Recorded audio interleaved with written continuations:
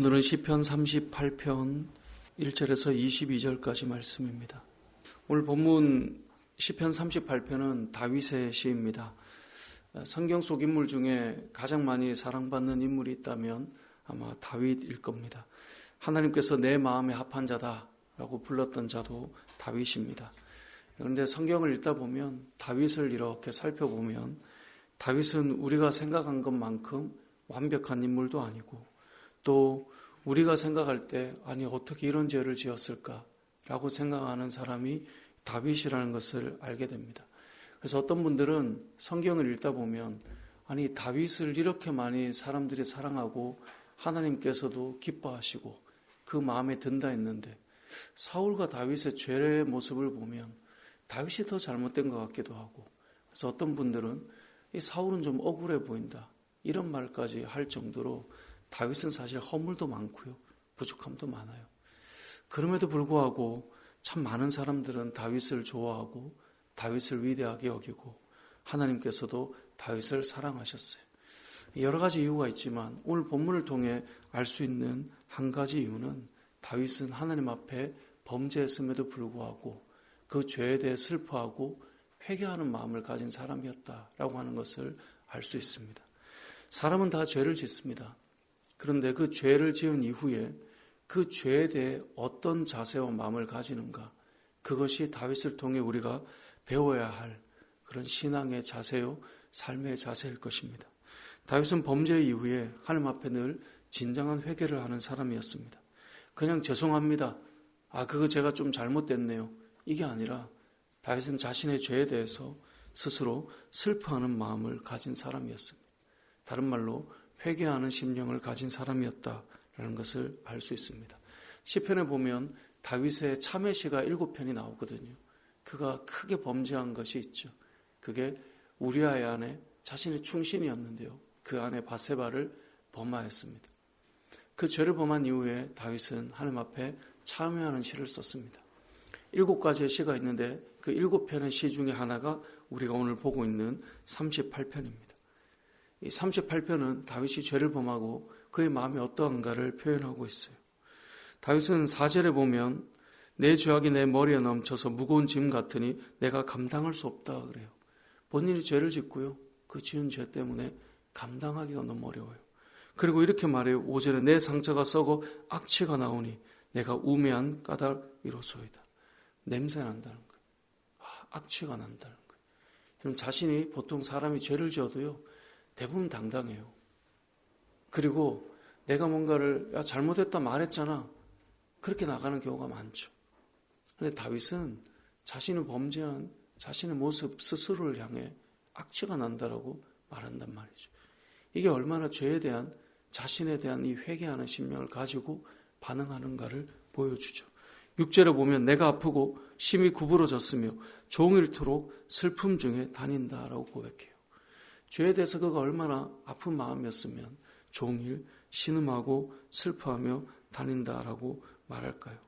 그의 마음의 심경을 오늘 본문은 잘 표현하고 있습니다. 다윗은 범죄한 그 죄에 대해서 철저하게 슬퍼하는 마음을 가진 사람이었습니다. 하나님께서는 이러한 다윗을 기쁘게 받아주셨고 긍휼히 여겨주셨고 또 애통할 줄 아는 다윗을 그 죄에 대해서 벗어날 수 있는 그 자유함을 허락하기도 하셨죠. 우리가 아까 사울을 잠깐 이야기했지만 사울과 다윗의 가장 큰 차이는 범죄 이후입니다. 죄의 경중을 따지자면 사실 무엇이 더 큰가 참 이 고민이 될 만큼 다윗도 만만하지 않아요. 근데 사울의 죄는 무엇입니까? 사울은 범죄한 이후에 하나님 앞에 슬퍼하며 회개함이 없어요. 죄를 지었음에도 불구하고 오히려 당당해요. 예를 들면 사울이 하나님 앞에 번제를 직접 드려버려요. 왜냐하면 빨리 전쟁을 치러야 되는데 이 예배라고 하는 의식이 너무 이게 좀 아닌 것 같아 보이는 거예요. 그러니까 형식적이에요. 간혹 그런 분들을 만나거든요. 예배를 드리긴 하는데 그게 형식이에요. 빨리 예배라고 하는 절차를 끝내고 자기 할 거 하고 싶은 거예요. 근데 이게 하나님 앞에 범죄인 것이죠. 사울은 거기에 대해서 어떤 미안하거나 하나님 앞에 잘못되었다, 죄가 있다, 슬퍼한다 이런 기색이 전혀 없어요. 그럼 신앙생활을 하면서도 회개의 진정한 슬픔과 아픔을 가진 사람이 있고요. 죄를 지었음에도 불구하고 여전히 강박하고 거기에 대한 회개가 무엇인지를 모른 채 살아가는 사울과 같은 사람이 있죠. 그런 사람들의 특징은 다 교만하고 자기 기념비를 쌓아가고 자기의 뭔가가 좀 드러나지 않으면 화가 나고 남들이 더 나타나면 그게 짜증이 나고 그래서 이 사울이 큰 문제가 일어났던 게 사울은 천천히인데 다윗이 만만이라고 하는 그 노래 때문에 사울은 그때부터 불편한 마음이 시작된 거거든요. 그게 뭐예요? 교만의 출발이에요. 내가 더 높아야 되는데 다른 사람을 세우면 화가 나요. 내가 한 건 뭐야? 그래서 칭찬을 하거나 수고했습니다. 고맙습니다. 감사했습니다. 애씁니다. 이런 말을 할 줄을 몰라요. 왜냐하면 그 사람이 높아질까 봐. 이게 사울의 모습이거든요. 그러니까 사울은 회개가 없는 사람이에요. 진정한 회개의 슬픔이 없는 사람이에요. 근데 다윗은 자신에 대해서, 죄에 대해서 얼마나 많이 슬퍼하고 아파했는가를 오늘 본문에서도 알 수 있게 되는 것입니다. 여러분 신앙생활에 있어서 무엇보다 중요한 것은 하나님 앞에 회개하는 심령을 가지는 것입니다. 여러분의 삶을 돌아보고 내 삶을 한번 고쳐볼게 말해봐. 여러분 이거는 회개가 아니에요. 회개는요 슬퍼지기 시작하는 거예요. 내가 왜 이렇게 말했을까? 내가 왜 이렇게 살았을까? 내가 왜 이렇게 이 강박함으로 지금 지내고 있을까? 슬픔이 시작되는 거예요. 그래서 우리가 흔히 회개의 3요소를 우리 인간의 인격의 지정의로 표현하잖아요. 지정의가 무엇입니까? 아는 것. 회개를 하려면 먼저는 깨달아야 돼요. 이게 잘못이구나를 모르면 회개할 수가 없죠. 그 다음에 정, 이게 뭐예요? 감정이에요. 내가 지은 죄에 대해서 슬픔이 밀려오는 거예요. 의는 뭐예요? 의지적인 결단이에요. 그렇게 살지 않아야 되겠다. 돌이키고 결단하는 거죠. 그게 회개예요. 그래서 회개에는 이 세 가지가 다 같이 우리 안에 이렇게 나타나는 현상이죠. 여러분 신앙생활 하면서 나는 오늘 하루도 죄 짓지 않았어. 이런 사람은 사실 아직 하나님 앞에서 자신을 충분히 살피지 못한 사람이에요. 우리 흔히 그런 예를 들지 않습니까? 집을 깨끗이 청소했다고 생각했는데 아침에 햇볕이 집으로 쫙 들어오면 그 안에 먼지가 또 보이는 거예요. 우리 하나님 앞에 서보면요. 나는 괜찮은 사람이 아닌 거예요. 돌아보면 허물도 많고 부끄러움도 많고 나는 왜 아직도 여기까지일까? 그런 슬픈 마음이 밀려오는 것이 이 그리스도인의 삶의 모습이죠. 하나님 앞에 서보면 그렇다는 거예요. 그래서 그리스도인들은 하나님 앞에서 자신들을 살피는 사람들이죠. 누가 말해줘서 하는 게 아니라 하나님 앞에 서보면 내가 얼마나 부끄러운 자인가. 그런 마음이 나에게 밀려오기 시작하죠. 그렇게 해서 우리는 사람이 나를, 왜 세상은 우리를 평가해 주잖아요. 어떤 사람이 나를 평가해 줘서 어떤 직무를 잘하는지 또 그만한 사람인지 이런 것으로 사람의 이 높낮이가 평가되지만 그리스도인들은요. 사람들의 말로 내가 이 정도구나를 알 수 있는 사람들이 아니라 하나님 앞에서 자신을 늘 보게 되는 거예요. 사람의 판단보다 더 깊이, 더 분명하게, 더 밝게 우리를 비춰주시기 때문에 알게 되는 거죠. 그래서 오늘 본문에 나오는 다윗과 같은 그 마음이 저는 우리의 마음이었으면 좋겠어요. 오늘 다윗이 범죄한 것 때문에 주변의 사람들이 다윗에 대해서 비난하고 조롱하는 일이 일어나죠. 그때 다윗이 회개하는 마음이었기 때문에 어떤 모습일까요? 14절 나는 듣지 못하는 자 같아서 내 입에는 반박할 말이 없나이다. 할 말이 없는 거예요. 반박할 말이 없는 거예요.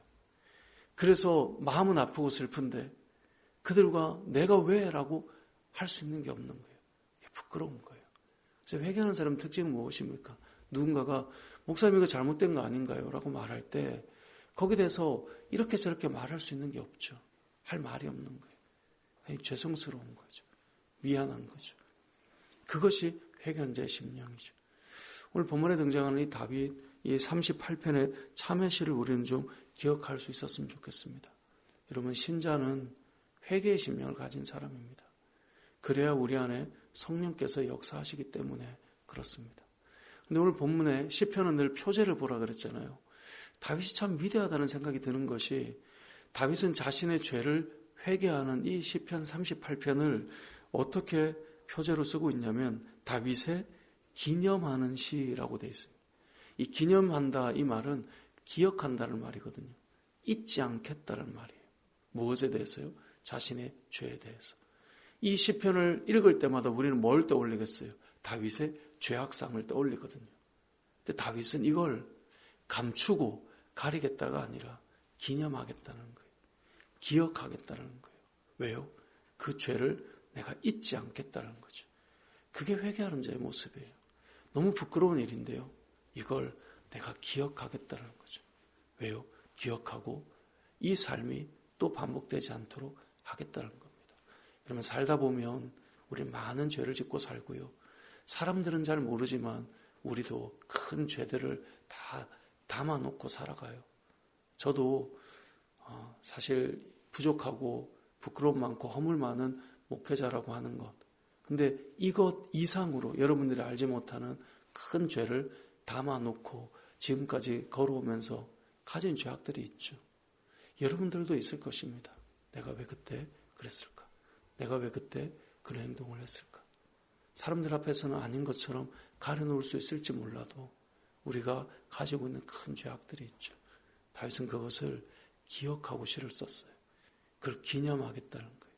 잊지 않겠다는 거예요. 그것이 우리가 다시 넘어지지 않도록 하는 우리의 걸음이 될 수 있다는 거죠. 우리의 삶 속에 죄와 허물은 다 있습니다. 하지만 하나님 앞에 회개하는 심령이 나에게 있을 수 있도록 기도했으면 좋겠고요. 죄에 대해서 슬퍼할 줄 알아야 돼요. 강팍한 마음으로는 회개하지를 못해요. 하나님 앞에 강팍한 마음으로 회개할 수 있느냐? 그건 불가능해요. 우리의 마음을 만져주셔서 하나님 앞에서 진정한 회개자로 살게 해주시고 우리가 지었던 죄들이 있다면 여러분 잘 새겨놓으셔야 돼요. 안 그러면 또 넘어져요. 사람은요 반복되는 죄를 늘 짓더라고요. 사단은 우리의 약함들을 알아요. 사람마다 좀 약한 영역들이 있어요. 그래서 또 그것 때문에 넘어지거든요. 그렇기 때문에 기억해야 돼요. 그래서 하나님 앞에 우리의 삶들을 다시 회복시키고 싶어하는 이 다윗의 마음, 죄에 대해서 슬퍼하는 마음, 때로는 비난하고 조롱할 때 할 말이 없어 마음 아파하는 마음, 자신의 죄에 대해 악취가 느껴진다고 생각하는 그 마음, 성령이 떠날까 두려워 회개하는 그 심령을 우리에게 허락해달라고, 성령이 떠나지 않게 해달라고 구했던 그 마음, 그 마음이 저와 여러분의 마음이 되어서 하나님 앞에서 늘 회개하는 심령으로 오늘 하루도 또 시작하고 또 하루를 마무리하고 그렇게 해서 우리가 거룩한 믿음의 삶을 살아가는 저와 여러분의 삶이 되시길 주님의 이름으로 축복합니다. 아멘.